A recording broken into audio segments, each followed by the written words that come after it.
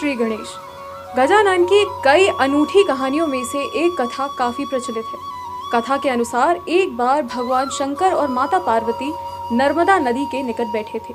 वहां देवी पार्वती ने भगवान भोलेनाथ से समय व्यतीत करने के लिए चौपड़ खेलने को कहा। भगवान शंकर चौपड़ खेलने के लिए तैयार तो हो गए थे, परंतु इस खेल में हार जीत का फैसला कौन करेगा, इसका प्रश्न उठा। इसके जवाब में भगवान भोलेनाथ ने कुछ तिनके एकत्रित किए और उसका एक पुतला बनाया। उस पुतले की प्राण प्रतिष्ठा कर दी गई और पुतले से कहा कि बेटा, हम चौपड़ खेलना चाहते हैं, परंतु हमारी हार जीत का फैसला करने वाला कोई नहीं है, इसलिए तुम बताना कि हम में से कौन हारा और कौन जीता। ये कहने के बाद चौपड़ का खेल शुरू हो गया। खेल 3 बार खेला गया और संयोग से तीनों बार माता पार्वती की जीत हुई। खेल के समाप्त होने पर बालक से हार जीत का फैसला करने के लिए कहा गया तो बालक ने महादेव को विजयी बताया। ये सुनकर माता पार्वती क्रोधित हो गई और उन्होंने क्रोध में आकर बालक को लंगड़ा होने व कीचड़ में पड़े रहने का श्राप दे दिया। बालक ने माता से माफी मांगी और कहा कि मुझसे अज्ञानतावश ऐसा हुआ है, मैंने किसी दोष में ऐसा नहीं किया।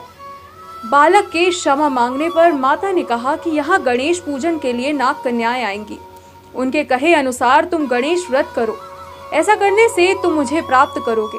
ये कहकर माता भगवान शिव के साथ कैलाश पर्वत पर चली गई।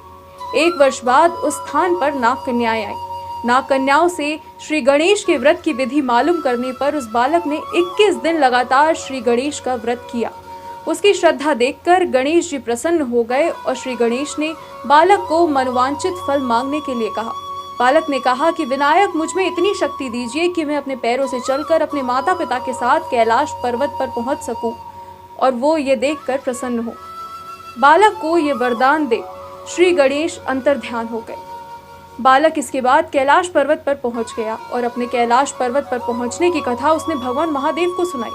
देवी पार्वती के रुष्ट होने पर भगवान शंकर ने भी बालक के बताए अनुसार श्री गणेश का व्रत 21 दिनों तक किया। इसके प्रभाव से माता के मन से भगवान भोलेनाथ के लिए जो नाराजगी थी वो समाप्त हो गई। ये व्रत विधि भगवान शंकर ने माता पार्वती को भी बताई। ये सुन माता पार्वती के मन में भी अपने पुत्र कार्तिकेय से मिलने की इच्छा जागृत हुई।